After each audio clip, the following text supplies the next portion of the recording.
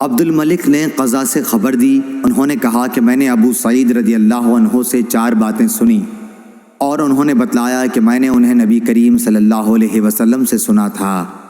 آپ نے نبی کریم صلی اللہ علیہ وسلم کے ساتھ 12 جہاد کیے تھے۔ صحیح بخاری حدیث نمبر 1188۔ دوسری سند ہم سے علی بن مدینی نے بیان کیا، کہا کہ ہم سے سفیان بن عینہ نے بیان کیا، ان سے زہری نے، ان سے سعید بن مسیب نے اور ان سے ابو ہریرہ رضی اللہ عنہ نے کہ نبی کریم صلی اللہ علیہ وسلم نے فرمایا کہ 3 مسجدوں کے سوا کسی کے لیے کجاوے نہ باندھے جائیں، یعنی سفر نہ کیا جائے۔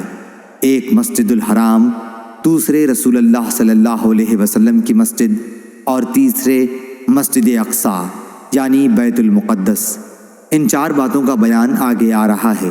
صحیح بخاری حدیث نمبر 1189۔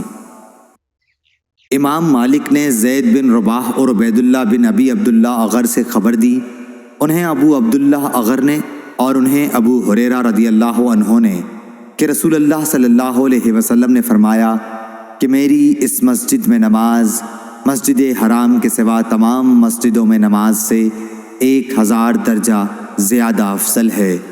صحیح بخاری حدیث نمبر 1190۔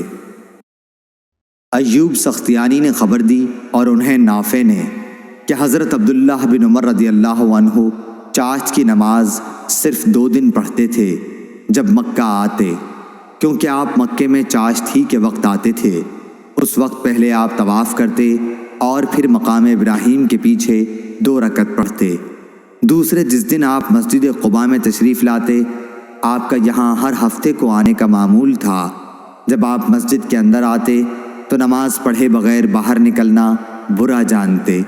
آپ بیان کرتے تھے کہ رسول اللہ صلی اللہ علیہ وسلم یہاں سوار اور پیدل دونوں طرح آیا کرتے تھے۔